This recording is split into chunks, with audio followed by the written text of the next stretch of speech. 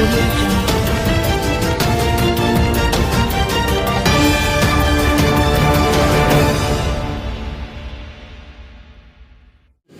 aja Bu, Ibu pulang aja. Nanti kasus Ibu kapan-kapan kita lakukan penangkapan. Saya nggak terima Pak, saya disiksa 3 orang laki-laki di depan anak saya. Anak saya sampai ke warung aku. Jadi di tanggal 19 jam setengah 11 datanglah 3 orang dari Muara Fajar laki-laki. Jadi orang itu dulu minta minum. Nah, jadi habis minta minum itu saya kasihlah minumannya kan gitu. Nah dari orang itu masuk, sebenarnya orang itu sudah buat rese, tapi saya sebagai yang punya warung bawa santai kan begitu.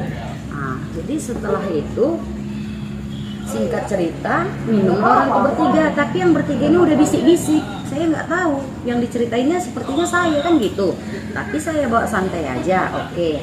Nah setelah itu bisik-bisik orang itu bisik-bisik, yang si Tampu ini pergi pindah ke sebelah. Nah, jadi kan udah pindah ke sana, yang 2 ini berbicara lah orang itu kan. Terus tuh bilang, "Ito, minta tolong lah, ini jam 12 aku mau tutup mau pulang." Aku bilang, nggak terima dia kan. Katanya, "Kami masih mau santai di sini kok," katanya. Aku bilang, "Ito, kami tutup jam 12. Tolonglah Tok, hargai. Anakku mau tidur," aku bilang. Nggak terima orang itu. Nah, jangan aku usir-usir kami. Ini duduk di sini kan. Ini kenal namanya? Namanya panggil-panggilannya si Tanjung. Nah, jadi kan datang si Tanjung ini dibilang, "Santai aja lah kau, maaf ya Pak ya, kau," katanya. Jadi ku jawab, "Sopan lah kau berbicara," bilang kan, "nggak bisa berbicara." Aku bilang, "Kakak ini si Raja si Mamora ini," dibilang, "ya udah kau diam aja, nggak usah kau jawab," katanya. Jadi udah jam 1 aku suruh lagi pulang, nggak mau. Jam 2 aku suruh lagi pulang, nggak mau. Sampai jam 3 subuh aku suruh pulang, nggak mau. Nah, tapi si Tanjung ini sudah selalu memaki-maki aku. Bahkan aku lari ke sana dikejar ke kamar. Itu aku bilang sama anak aku kan, "Masuklah mobil nak, kita biar pergi, kita tinggalkan aja, orang ini sepertinya mau ribut." Aku bilang, "Masuklah nak ke mobil." Setelah masuk anakku mau mobil kan dikejar lagi, diketok-ketok lagi mobil gini, mau dihancurin, keluar lagi kami kan. Nah udah gitu keluar kami, masuk lagi kami ke sini, tiba di pintu kamar ini dikejar lagi sama si Tanjung ini, si Cok ini kan. Nah bilangnya, Cok katanya. Nah datang ini si Raja ini, si Mamora ini dibilangnya, "Santai aja kau." Jadi yang satu tadi, bosnya itu yang pindah ke sebelah, kan pura-pura tidur, minta tolong aku sama dia. Aku bilang, "Ito, bangunlah itu anggotamu udah rese, mulutnya udah nggak bagus." Aku bilang, "Tolonglah bangun Ito." Aku bilang, aku bangunilah dia di sebelah. Bangunlah dia. Dengan bangun dia, spontanlah dia si Tampu ini langsunglah berdiri di depan pintu, dikejar sama yang berdua ini ke pintu, dihadanglah sama si Tampu ini pintu. Kami mau lari keluar, udah ditutup pintu kan. Terus datanglah si Tanjung ini, langsunglah ditumbuk mataku sampai bengkak, ditamparilah mukaku sini kuping sampai merah-merah. Datang si Raja si Mamora ini, ditumbuklah di sini tuh sampai memar di sini sama di sini. Datang lagi si si Tanjung ini, diseret lagi aku keluar sampai kakiku memar. Jadi aku bilang, "Tolong," aku bilang kayak gitu kan. Datanglah orang tetangga. Jadi datang orang tetangga, "Jangan kalian siksa dia, itu lagi sakit, itu stroke ringan," kata orang-orang di luar gitu. Jadi dibilang si Tampu ini dengan menghadang pintu begini kan, aku mau lari nggak bisa, udah hantam aja katanya kayak gitu. Jadi udah kayak gitu, udah rame orang di luar kan, dibawa lah orang itu ke sebelah. Jadi dibawa ke sebelah, dirusakkan lagi ini pintu sama dirusakkan pintu sama warung aku ini kan. Dikejar lagi aku ke kamar, apa dibilang, "Mau lapor ke polisi." "Lapor, nggak ada sama kau nomor polisi," kata si Tanjung ini katanya. "Kalau nggak ada sama kau nomor polisi biar aku kasih," katanya kayak gitu loh Pak. Jadi aku kan udah takut, kan udah nangis bertiga di dalam, anak aku sama yang ini yang lagi cari kerja kan. Nah, udah nangis kami di dalam, masuk dia ke kamar. Jadi kami udah ketakutan kan. Jadi tiba dia keluar, pergilah kami ke Polsek Payung Sekaki. Jam berapa tuh? Jam 3 lewat. Nah, pergi kami ke Payung Sekaki, minta tolong aku sama polsek di situ, polisi yang bertugas. OTW lah ke sini polisi 4 orang. Saya tidak tahu siapa namanya kan. Sampai di sini ternyata si pelaku tadi udah pergi. Nah, setelah udah pergi nggak ada lagi, ya kami kembali lagi ke polsek. Sampai di polsek saya bilang saya mau buat laporan Pak, saya bilang ada saksi ada, jadi diterimalah laporan saya di tanggal 20 lah ya kan Pak, tanggal 20. Jadi kan udah diterima, laporan saya disuruh visum ke Bayangkara. Jadi udah sampai di polisi, pergi saya jam 4-an lah itu ke Bayangkara kan. Habis dari Bayangkara visum saya balik lagi ke polsek. Nah, setelah itu habis itu saya disuruh pulang, nanti dipanggil untuk BAP ya Bu katanya. Iya. Nah, di tanggal 29 saya di BAP. Setelah di BAP diperiksa sekalian sama saksi. Selesai lah semua kan gitu. Cuman sampai sekarang Pak, BAP sudah, saksi juga sudah, visum sudah keluar. Tapi dari kemarin, dari hari Rabu 2 minggu yang lalu, katanya mau dilaksanakan penangkapan.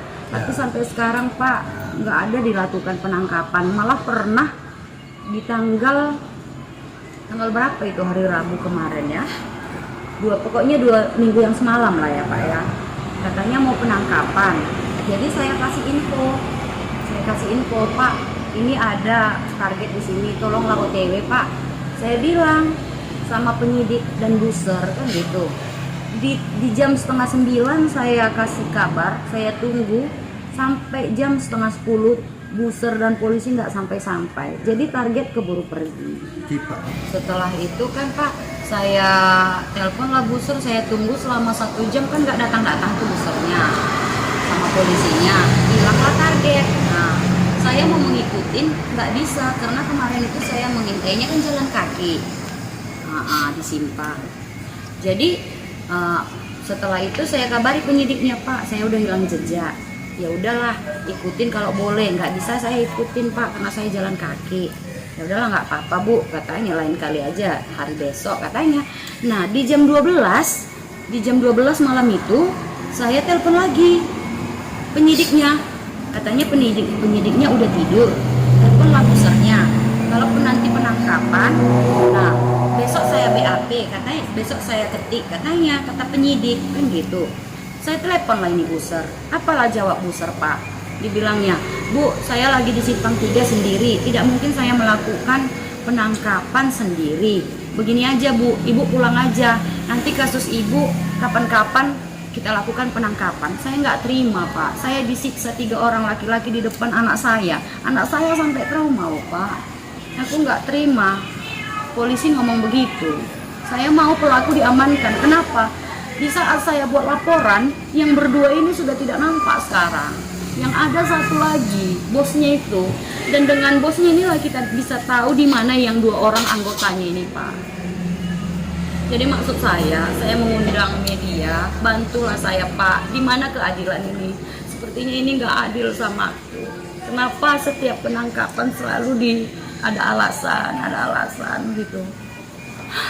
Salahku apa? Aku kan yang teraniaya gitu loh Pak. Kenapa dipersulit?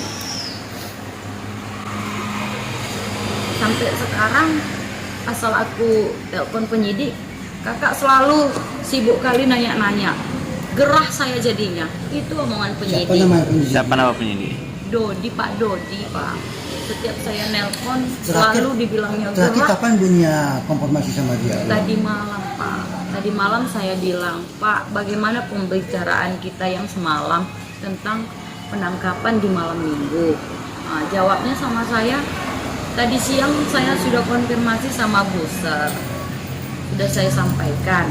Katanya orang itu sudah ke sana tapi tidak ketemu. Itu omongannya Pak Dodi, Pak. Awalnya saya konfirmasi sama Pak Dodi.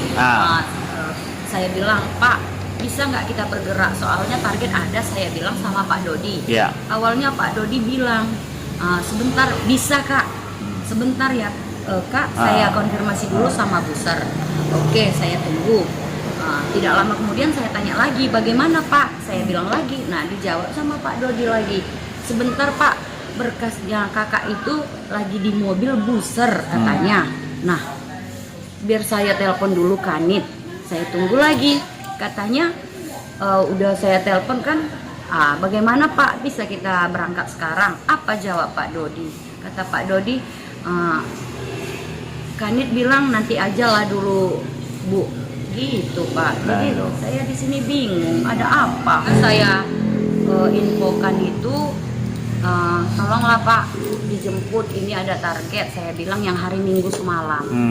Jawabnya sama Pak Dodi, katanya, Bu, nanti aja lah Bu, sabarlah Bu. Kasus ibu kan belum berbulan-bulan, masih 1 bulan lebih, gitu Pak. Jadi kan saya nggak terima di sini. Sementara pelaku yang 2 kan sudah kabur. Harapan saya Pak kepada Bapak Kapolres, Kapolda, tolonglah disampaikan kepada Ibu Kapolsek Payam Sekaki agar dilakukan penangkapan terhadap yang 3 orang ini Pak. Aku nggak terima, nah aku sampai trauma, aku dipukulin di warung aku sendiri loh Pak. Jadi tolonglah Pak, tunjukkan